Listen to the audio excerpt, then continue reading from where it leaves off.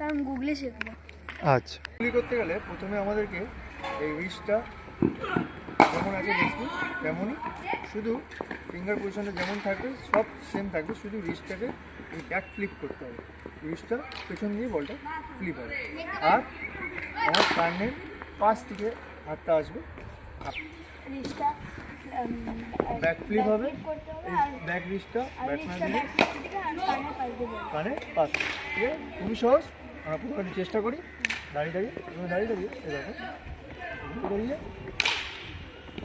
এরকম উল্টো বল করতে, এরকম দাঁড়িয়ে দাঁড়িয়ে এরকম এই রিস্টটা এইদিকে যাবে, বুঝতে পারছি। এরপরে শ্রেয়াংশ একটু কাছ থেকে বলটিকে ফেলবার প্র্যাকটিস করতে আরম্ভ করলো।